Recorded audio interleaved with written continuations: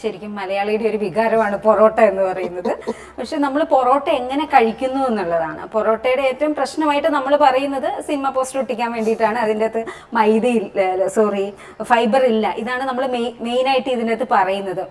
പക്ഷേ നമ്മൾ പലപ്പോഴും ഞാൻ നേരത്തെ മാഡത്തിൻ്റെ അടുത്ത് പറഞ്ഞല്ലോ, നമ്മുടെ കോമ്പിനേഷൻ അതാണ് നമ്മൾ ശ്രദ്ധിക്കേണ്ടത്.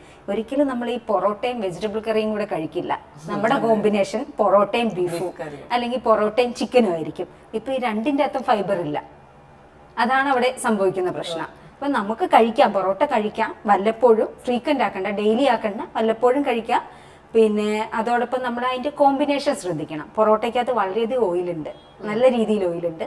ഇതിൻ്റെ കൂട്ടത്തിൽ ബീഫിൽ നിന്നുള്ള ഫാറ്റും കൂടെ ആകുമ്പോൾ, അല്ലെങ്കിൽ ചിക്കൻ കറി, അത് ഇപ്പം ഏത് രീതിയിൽ നമ്മൾ എങ്ങനെ പ്രിപ്പയർ ചെയ്യുന്നു എന്നും ഇമ്പോർട്ടൻ്റ് ആണ്. ഒരു വറുത്തരച്ച ചിക്കനാണോ, ഫ്രൈ ചെയ്തിട്ട് നമ്മൾ കറി ആക്കുമോ, ഇതിനെല്ലാം ആശ്രയിച്ചിരിക്കും. അപ്പം പൊറോട്ട നമുക്ക് കഴിക്കുമ്പോൾ നമ്മൾ ലിമിറ്റ് ചെയ്യുക. പിന്നെ അതിൻ്റെ കോമ്പിനേഷൻ ശ്രദ്ധിക്കുക. അതിൻ്റെ കൂട്ടത്തിൽ നമ്മൾ കുറച്ച് സലാഡും കൂടെ കഴിക്കുക.